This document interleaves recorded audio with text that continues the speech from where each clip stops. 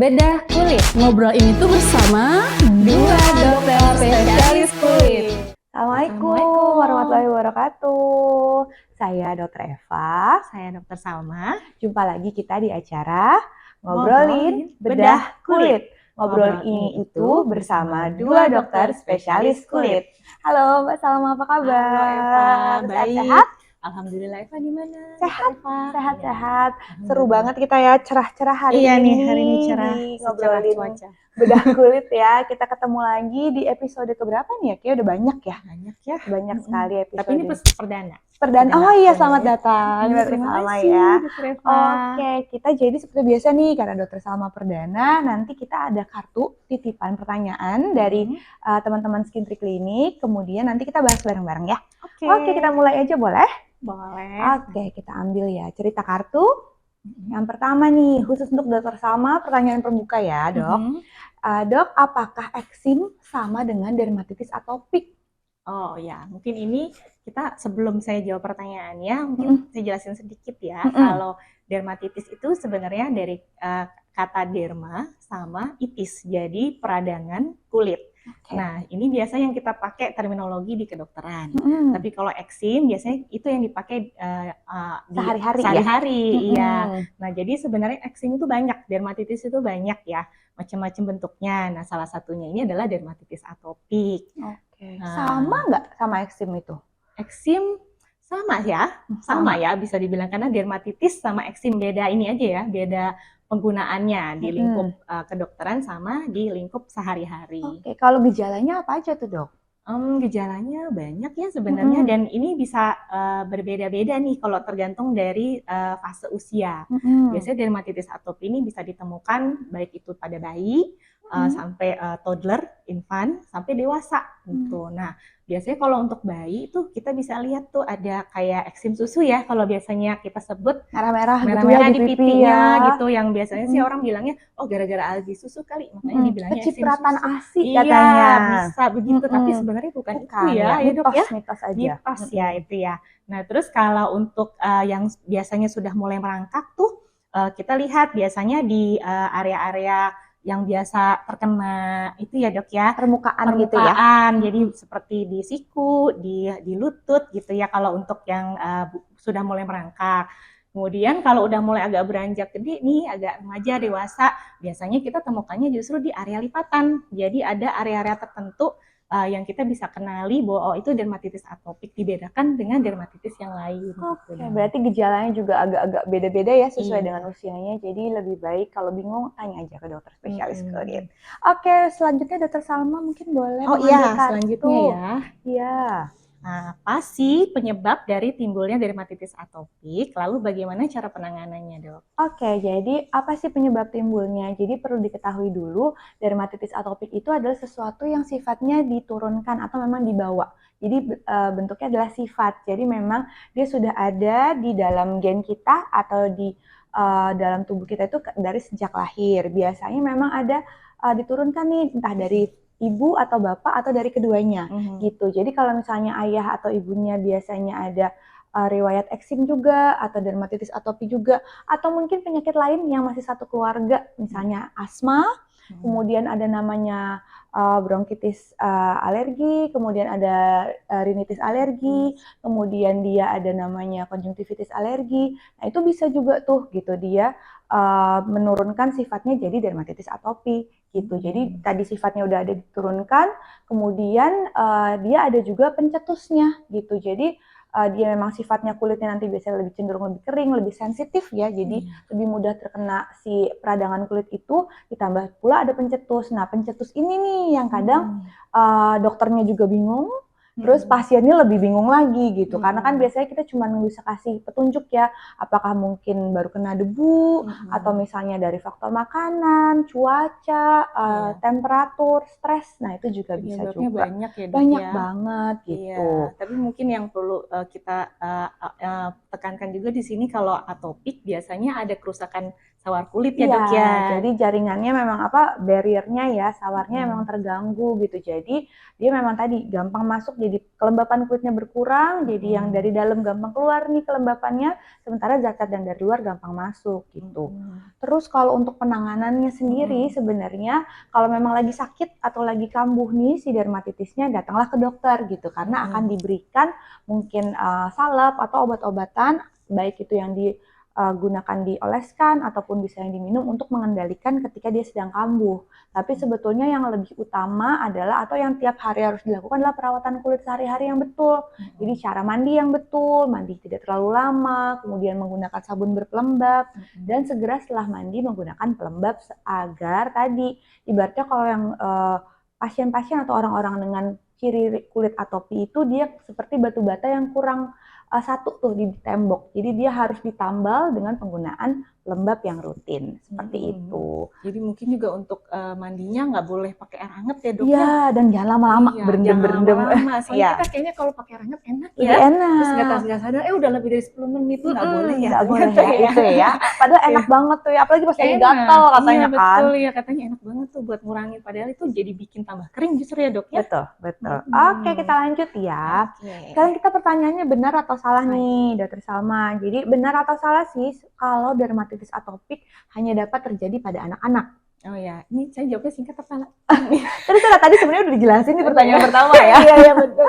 Iya, jadi tadi sudah terjawab ternyata ada skill dulu. Iya, dari definisinya udah kebahas ya. Jadi memang jawabannya adalah salah. Itu dermatitis atopi bisa terjadi di semua usia dari yang namanya bayi sampai dewasa. Oke. Sekarang saya lagi ya dok. Iya.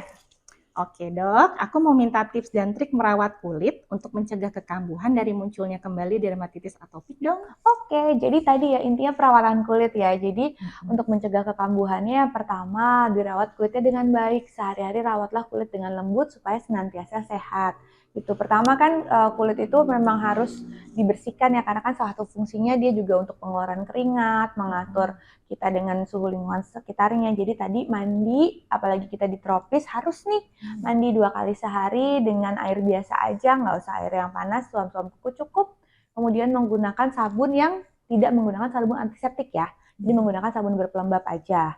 Kemudian maksimal mandinya 5 menit gitu. Kemudian tadi ketika setelah mandi langsung, jadi dikeringkannya juga jangan digosok-gosok gitu ya, biar gatalnya enakan, nggak ditap-tap aja atau ditepuk-tepuk. Kemudian masih ada sisa-sisa air sedikit nggak apa-apa, pakein pelembab. Karena pelembab itu bekerjanya dia mengunci si airnya itu di dalam kulit. Jadi kalau ada sisa air itu akan baik juga gitu untuk si kelembapan kulitnya gitu, untuk mencegah kekambuhan. Kemudian tadi kalau misalnya lagi kambuh, jangan digaruk. Itu paling susah kan, memang pantangannya tuh jangan digaruk. Nah itu yang susah tuh pasien. Yang bener dok, nggak boleh digaruk. Iya bener, nggak boleh gitu. Jadi kalau pas lagi gatel, bedah kulit. Ngobrol ini tuh bersama dua dokter spesialis kulit. Jadi kalau misalnya lagi gatel, kita bisa tadi ya prinsipnya, karena dia yang meredakan gatel itu sesuatu yang dingin, kita bisa lakukan kompres dingin, misalnya kita simpan botol plastik atau botol air mineral di kulkas, kita kompres-kompres, atau bisa dipakein air di keran gitu ya, di pancuran gitu, supaya dia bisa dingin, enak, lalu pakein pelembab gitu, sama gunain si salep yang dipakein dari dokter sesuai dengan petunjuknya. Itu sih. Kalau dari dokter Salma ada tambahan nggak kira-kira? Ya, tadi kalau perawatan kulit ya udah ya dok. Tapi mungkin ini aja ya, avoidance ya, menghindari ya. Tadi udah triggernya udah dijelasin sama dokter itu banyak sekali ya. Jadi kalau misalnya kita udah tahu, kita identifikasi biasanya dari kronologis bisa ketahuan sendiri, kok aku kambuhnya ketika lagi seperti ini ya. Nah berarti kita tahu bahwa itu adalah triggernya. Jadi besok-besok itu harus dihindari supaya mencegah kekambuhan. Nah kadang juga suka lupa nih, mungkin kita yang perempuan atau yang laki-laki juga sekarang juga banyak ya.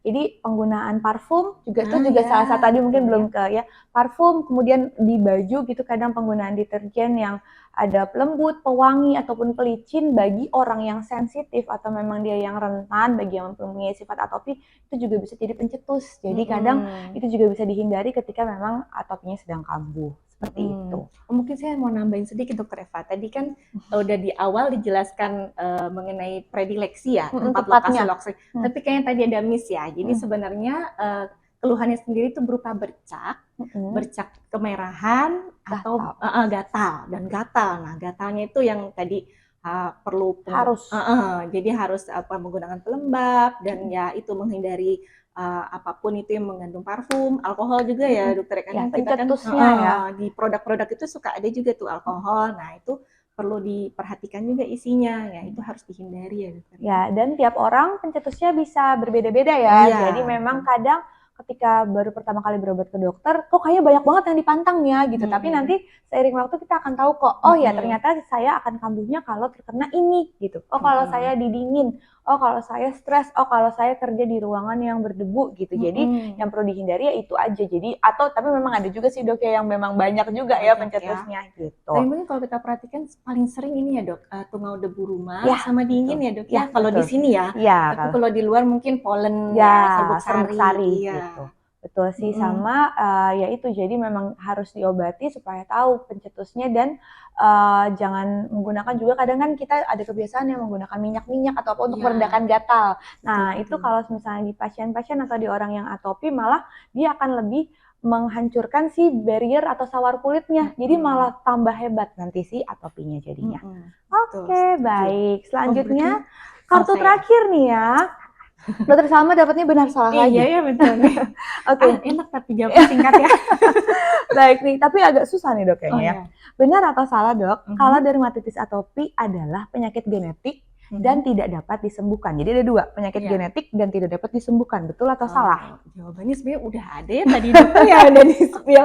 Jadi genetik iya ya, karena tadi kan dari kita dengar penjelasan dokter Eva, kita lihat itu bisa diturunkan dari orang tua, dan kalau antara satu ataupun dua, jadi kalau dari ibu ataupun ayah salah satu ada dermatitis atopi atau jenis atopi yang lain seperti asma, bronkitis alergi, rinitis alergi yang tadi sudah disebutkan, itu bisa menurunkan kemungkinan berbeda ya, bisa sampai 25 hingga 60% itu bisa diturunkan ke anaknya. Nah, kalau seandainya dua-duanya nih ayah dan ibu yang sama-sama positif ada riwayat atopi, itu bisa diturunkan bahkan risikonya lebih besar hingga 80%. Jadi memang ada predisposisi genetik ya. Genetik benar. Betul. Yang kedua tadi tidak dapat disembuhkan. Ini sebenarnya karena tadi ya memang sudah ada kerusakan sawar kulit dan ada faktor genetiknya. Memang ini bisa dialami jangka panjang, case by case ya. Jadi ada juga yang onset atopinya ketika bayi ataupun ketika toddler, itu beranjak dengan dewasa di usia remaja itu bisa tuh berangsur-angsur membaik gitu. Tapi ada juga yang baru timbulnya justru ketika dewasa dok ya. Nah itu juga bisa cukup lama. Jadi memang durasinya memang panjang gitu. Jadi case by case tidak selalu bisa disembuhkan, tapi karena tadi ada faktor predisposisi genetik, sehingga kalau memang kita masih terekspos sama trigger-trigger tadi, itu bisa mencetuskan lagi, gitu. Jadi tidak dapat disembuhkan, jawabannya iya, tapi masih bisa dikendalikan ya, gitu. Jadi jangan, aduh sedih banget ya nggak bisa sembuh gitu, enggak gitu. Jadi memang kita bisa kendalikan, kita bisa kontrol gitu ya. Dan jangan lupa kalau buat yang di pasien-pasien atau orang dengan atopi itu penggunaan pelembab, sabun berpelembab itu bukan untuk genit-genitan gitu ya, atau buat centil-centilan gitu. Kadang kalau yang laki-laki nih kadang suka, masa laki-laki pakai pelembab dok? Nah kalau itu yang buat ya dok, buat atopi itu obat gitu. Jadi itu untuk obat dan memang harus dipakai selama-lamanya kalau saya bilang ke pasien, karena tadi emang dia kurang gitu ya, dari si kulitnya sendiri, dari strukturnya dia kurang, jadi harus ditambahkan sesuatu dari pelembab itu sendiri. Gitu deh dokter. Sama mungkin ada yang mau ditambahkan nih tentang dermatitis atopi setelah panjang lebar gitu. Tadi panjang lebar apa yang kurang ya? Saya jadi bingung sendiri. Karena sebenarnya luas ya dok ya. Kita kalau mau bicara detail juga sebenarnya masih panjang banyak yang perlu dikupas dari dermatitis atopi. Tapi yang paling penting tadi pengenalannya ya, pengenalan apa itu dermatitis atopi. Betul nggak dermatitis atopi? Iya betul nggak. Jadinya jangan semuanya eksim gitu. Ini eksim karena tadi selesai kita berdiskusi juga, kita tahu ya bahwa eksim itu tidak hanya atopi, ada yang lain ya dok ya. Tapi ya penting harus kita kenali, ini kayaknya saya ada trait atopi nih gitu. Terus kayaknya nih timbulnya ketika saya begini nih, nah itu Sebenarnya itu dulu ya dok Ya. ya. Nanti kalau setelah itu bisa kita dikonsultasikan ke dokter spesialis kulit dan kelamin. Oke deh kalau gitu. Jadi semoga perbincangan kita kali ini, ngobrol-ngobrol kali ini membawa manfaat yang bagus buat teman-teman sekalian. Terus jadi jangan lupa juga ya untuk follow semua sosial media kita, sosial media Skin Tree Clinic. Lalu apalagi dokter Salma? Ya, ikuti terus keseruan kita ngobrolin soal kesehatan kulit dan kelamin bersama dokter-dokter spesialis kulit dan kelamin tentunya di Skin Tree Clinic. Bedah kulit. Ngobrol ini tuh bersama dua dokter spesialis kulit. Berikan komentarmu, kamu lagi butuh informasi seputar kesehatan kulit terkait apa sih? Drop di bawah sini ya. Sip, kalau gitu sampai jumpa di bedah kulit selanjutnya bersama special dermatologist, Special formula special skin, hanya hanya di di Skin Tree Clinic. Bye-bye!